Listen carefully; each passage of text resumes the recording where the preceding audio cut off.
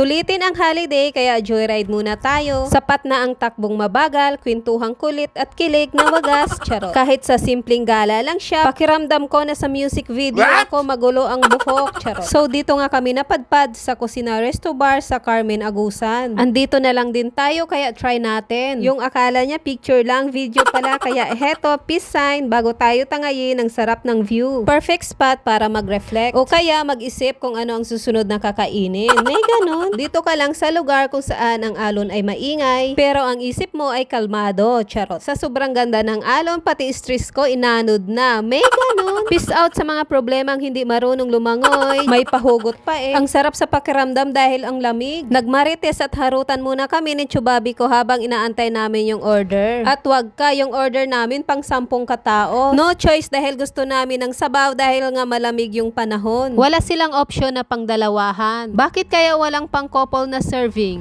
Masyadong marami to for us, kaloka. Sa sobrang dami, hindi naubos kaya take out. Sayang din no? Busog na at nag-enjoy naman kahit ready to go. Si Chubabi ko, mas mahal pa yung helmet kaysa sa akin, kaloka. Wala kaming planong itinerary pero kompleto. At syempre, hindi mawawala yung kaba. At yun na nga ang sinasabi ko, lumuwag yung kadena at kamuntik-muntika na talaga. And thanks God, wala namang nangyari sa amin. We're so lucky pa rin dahil malapit lang yung nag-aayos ng sasakyan. Kung hindi, baklay pa uwi.